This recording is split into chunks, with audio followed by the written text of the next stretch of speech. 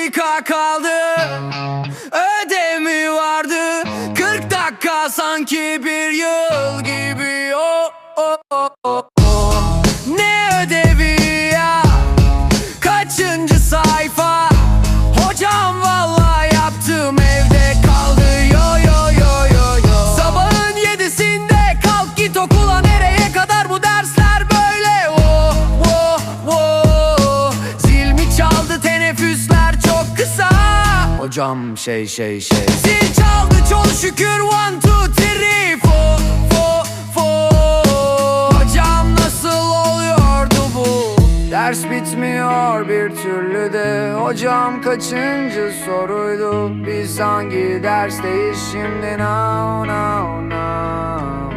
3 yanlış bir soruyu götürüyor muydu? Hocam çok... Kaç dakika kaldı? Ödev mi vardı? 40 dakika sanki bir yıl gibi. Oh, oh, oh.